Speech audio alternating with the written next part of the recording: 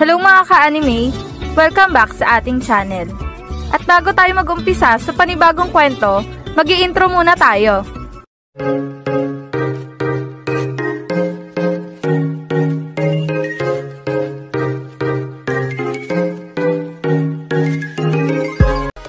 Bago natin simulan ang panibagong kwento ng International League, gusto ko lang sanang humingi ng pabor sa inyo na sana tulungan niyo akong i-boost ang video na to. Sa simpleng pag-share lang ng ating video ay napakalaking tulong na nito sa akin. At gusto ko lang sana ipaalala sa inyo na paulit-ulit na ang kwentong ito ay isang fan-made lamang na nabasa ko lang sa isang site at hindi ito kasama sa totoong kwento ng Slam Dunk. Ngayon, kung nagustuhan niyo ang ganitong kwento, please pa-like ng ating video at pa-follow na din sa ating Facebook page na Tagalog Anime Manga. Tara, umpisahan na natin ang chapter 193 ng International League. Humingi na nga itong si Coach Hansai ng isang substitute dahil na nga sa napapansin niya na nawawala na sa focus ang laruan itong si Mitsui. Kaya naman, ipinasok na muna ni Coach Hansai itong si Sendo sa laro para ma-refresh ang utak nitong si Mitsui. Habang itong si Ayako naman ay pinapagaan ang loob nitong si Mitsui. Ayos lang yan Mitsui, maganda naman ang iyong ipinakita sa laban. Kaya naman, magpahinga ka muna dito. Dahil sabi ni Coach Hansai, ipapasok ka din naman niya agad sa laro kapag nakapagpahinga ka na at ma-refresh muna yung utak mo. Kaya naman, magpahinga ka na Mitsui. Yan ang sabi ni Ayako. Habang itong si Mitsui naman ay umupo na nga sa kanilang bench. Nang bigla nagsalita itong si Coach Hansai. Mitsui, alam ko na hindi mo talaga matanggap ang pagkatalo mo kay Jintoki. Pero huwag ka mag-alala dahil panandalian lang naman kitang ilalabas at ibabalik din naman kita agad sa loob ng court. Kaya naman, magpahinga ka lang muna dyan at kapag naging okay ka na, tsaka kita ibabalik sa laban. Yan ang sabi ni Coach Hansai. Sa kabilang banda naman, hawak na nga ng Shouko ang bola. At sa pagkakataon na to, si Sendo ang nagdadala nito papunta sa kanilang basket. Team, relax lang tayo. Baguhin natin ang takbo ng laban na to. Kaya naman, ikalma nyo ang inyong mga isip. Dahil sa posisyon na ito, tayo naman ang pupuntos. Yan ang sigaw ni Sendo. Sabay dribble ng bola papunta sa kanilang basket. Habang itong si Jintoki naman ay agad na binantayan itong si Sendo. Ayos! Sa wakas! At inilabas na nila ang kanilang ikalawang ace player. Ngayon, humanda ka sa akin Sendo. Dahil ikaw naman ang sisirain ko ang laro. Itutulad kita doon sa may number 40 ninyo. Yan ang sabi ni Jintoki sabay dumipensa na kay Sendo. Huwag ka masyadong mayabang dyan Jintoki. Dahil masyado pang maaga para angasan mo kami. At hindi mo naman talaga natalo itong si Mitsui.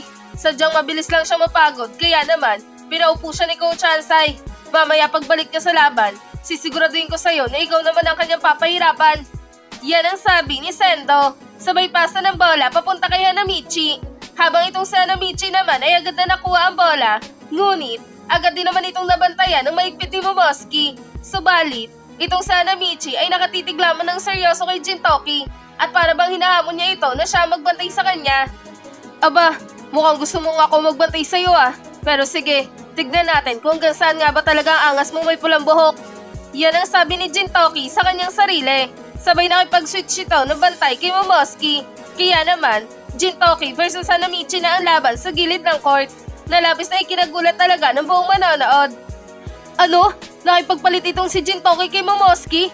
Makakaya niya kaya itong may pulang buhok? Masyado siyang matangkad para magawa siyang mabantayan itong si Jintoki. Tama ka nga dyan kaibigan, pero baka nakakalimutan mong marami ng pinatumbang malalaking manlalaro itong si Jintoki. Kaya naman, siguradong makakaya niyang mapigilan itong may pulang buhok. Oo nga, isa ako sa mga nakasubaybay kay Jintoki simula na nagsimula ang ligang ito. At kitang-kita ko ang kanyang mga laruan na talaga namang kinakawawa nito ang lahat, kahit na mas malalaki pa sa kanya ito. Kaya naman, nakatitiyak din ako na magagawa niyang talunin ang may pulang buhok na yan. Yan ang usapan ng mga manonood na talaga namang nakafocus sa laban ng dalawa. Tignan nyo, mukhang hinamon talaga nitong si Sakuragi itong si Jintoki ah. Dahil kitang-kita ko na nakatingin ito kay Jintoki kahit na binabantayan siya kanina ni Momoski. At itong si Jintoki naman ay masyadong ma-pride. Kaya naman, siya talaga ang umarap dito kay Hanamichi. Ngayon, humanda ka Jintoki.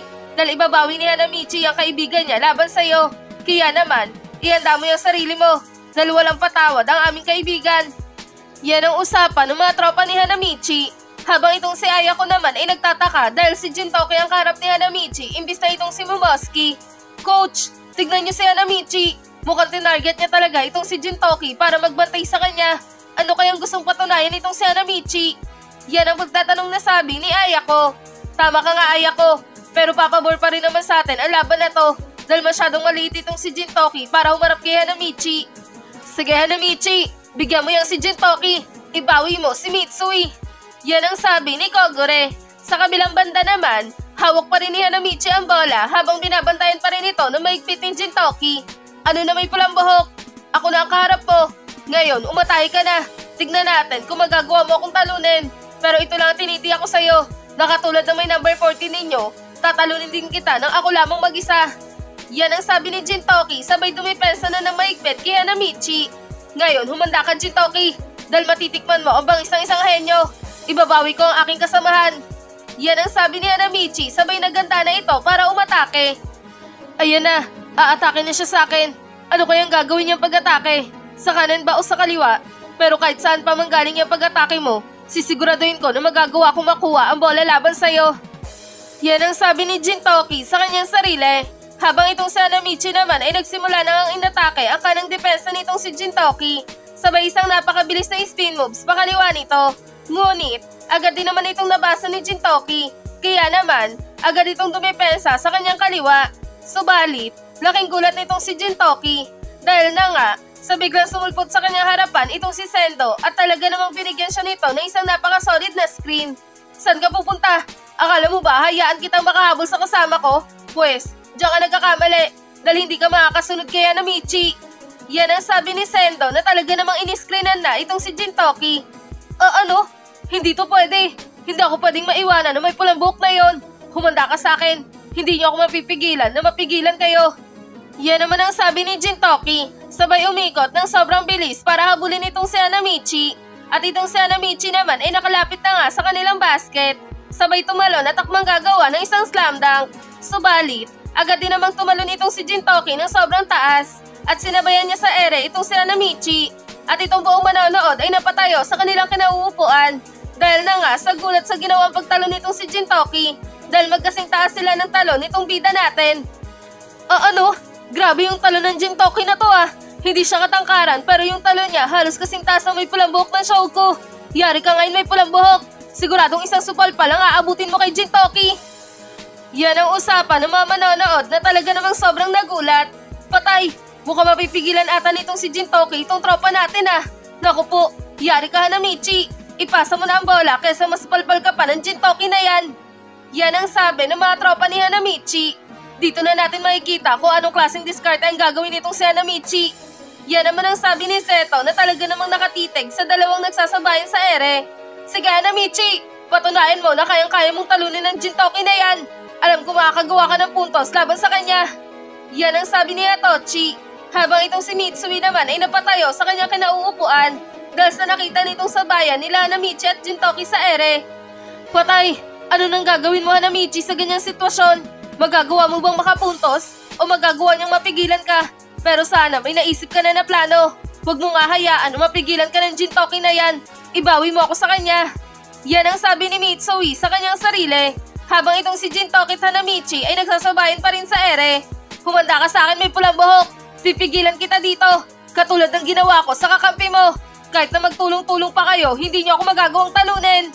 Yan ang sabi ni Jintoki na talaga namang malapit na ang kamay sa bolang hawak ni Hanamichi. Ngunit, laking gulat nitong si Jintoki dahil na nga sa biglang umiti itong si Hanamichi. Malabong mapigilan mo ako dito ungas at alam ko naman na magagawa mong makalusot kay Sendo dahil ikaw yung tipo ng manlalaro na hindi marunong magpatalo. Kaya naman, hinanda ko na ang sarili ko sa ganitong sitwasyon. Ngayon, humanda ka dahil ibabawi ko ang kaibigan ko sa'yo. Yan ang sabi ni Hanamichi. Sabay hugot ng sobrang bilis sa bola at gumawa ito ng isang reverse layup na agad din namang pumasok sa kanilang basket. At itong referee naman ay biglang pumito ng sobrang lakas. Foul counted! Yan ang sigaw ng referee na labis na ikinagulat nitong si Jintoki. Ano? Foul? Pero paano nangyari yon? Hindi naman ako sumabit sa kanya, ref ah. Yan ang pagre-reklamong sabi ni Jintoki nang biglang nagsalita itong si Hanamichi. Huwag ka na magreklamo Jintoki. Dahil kahit anong reklamo mo dito, kitang-kita naman na hindi mo ako kayang talunin. Yan ang sabi ni Hanamichi na talaga namang sobrang seryoso. Habang itong si Jintoki naman ay sobra ding nainis kay Hanamichi dahil sa mga sinabi nito sa kanya. At dito na nagtatapos ang Chapter 193 ng International League. Isang nakakabiting katapusan na naman ang ating nasubaybayan mga ka-anime. Pero bago tayo magtapos sa ating kwento, sana i-like nyo ang ating video.